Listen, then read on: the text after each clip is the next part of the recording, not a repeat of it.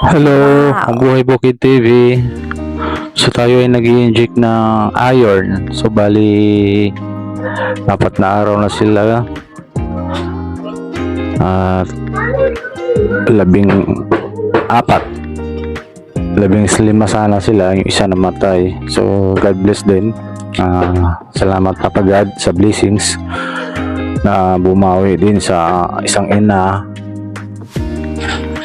inahin namin na isa ay 3 lang nabuhay, 11 namatay. So bumawi ngayon ng pangalawang inahin namin, si Mama Pig Brown.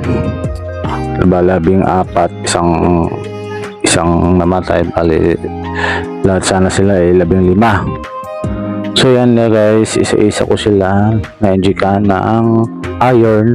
So bali 4 days yan. So hindi na muna ako nagputol ng buntot mga kabukid. Pwede kayo mag-comment mga kabukid, ay first time ko lang maging ganito at mag-alaga ng mga fatteners, mga biik. Magpapatining po ako at mga inahing. So may 3 akong inahin. So mga kabukid, pwede kayo mag-comment, mag-share, mag-like sa aking YouTube channel para marami kayong mapanood ng aking mga video at lagi kayo updated sa susunod ng upload natin ng mga video mga kabukid. Ayan po, Iron Dextran 20 po ang aking ginamit. Ayan na sila after ng na-injikan ng iron, sumususo sa kanilang inahin, nag-aagawan po. Ayan na sila mga kabukid.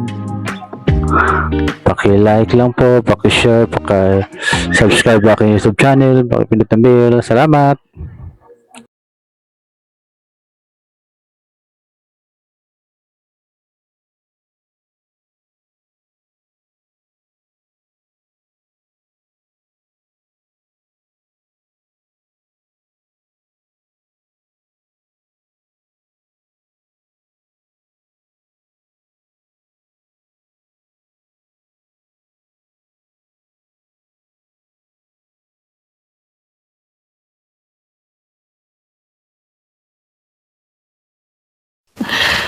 Sana all.